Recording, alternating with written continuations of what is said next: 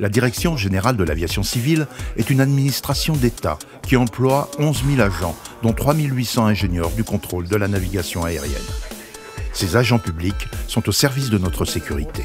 Notre mission essentielle, c'est assurer la sécurité des avions, des passagers, des personnes survolées, assurer l'écoulement du trafic aérien.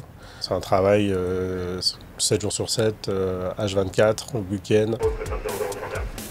Tension et vigilance obligent. Les contrôleurs aériens de l'aéroport d'Orly sont soumis à un cycle de 3 jours de travail, suivi de 3 jours de repos. Ces 3 jours de repos, c'est important de les avoir parce que les 3 jours précédents nous ont fait travailler le matin, en journée, mais également le soir ou la nuit, à gérer des situations de trafic qui parfois peuvent être très compliquées, des situations météo comme actuellement des situations d'orage très très compliquées, donc qui génèrent du stress, de la fatigue. On rend un service, payé au juste coût, et on n'est pas là pour faire du profit ou pour rémunérer des actionnaires. C'est important d'être fonctionnaire parce qu'on fait du service public. Les usagers, les compagnies aériennes, les avions, on les gère à la fonction publique à la française, c'est-à-dire sans faire de priorité entre une compagnie ou une autre. Ce qui n'est pas le cas dans tous les pays par exemple.